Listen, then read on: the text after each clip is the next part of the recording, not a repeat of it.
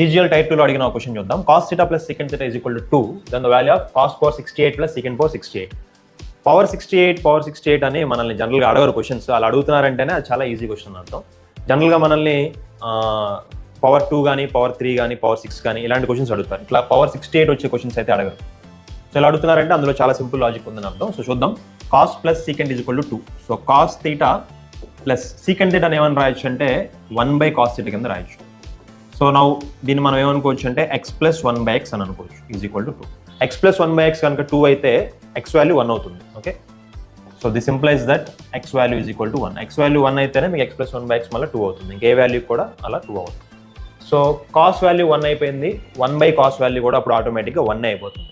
So this is 1 plus this is 1 1 + 1 2. ఇప్పుడు cos power 68 అన్నారు. 1 మీద ఇంకా మీరు ఎంత పవర్ చేసినా 68 అయ్యింది 98 అయ్యింది ఎంత పవర్ చేసినా మీకు మళ్ళీ ఇక్కడ 1 వస్తుంది, ఇక్కడ కూడా 1 వస్తుంది. మళ్ళీ 1 + 1 ఎంత అవుతుంది 2. That is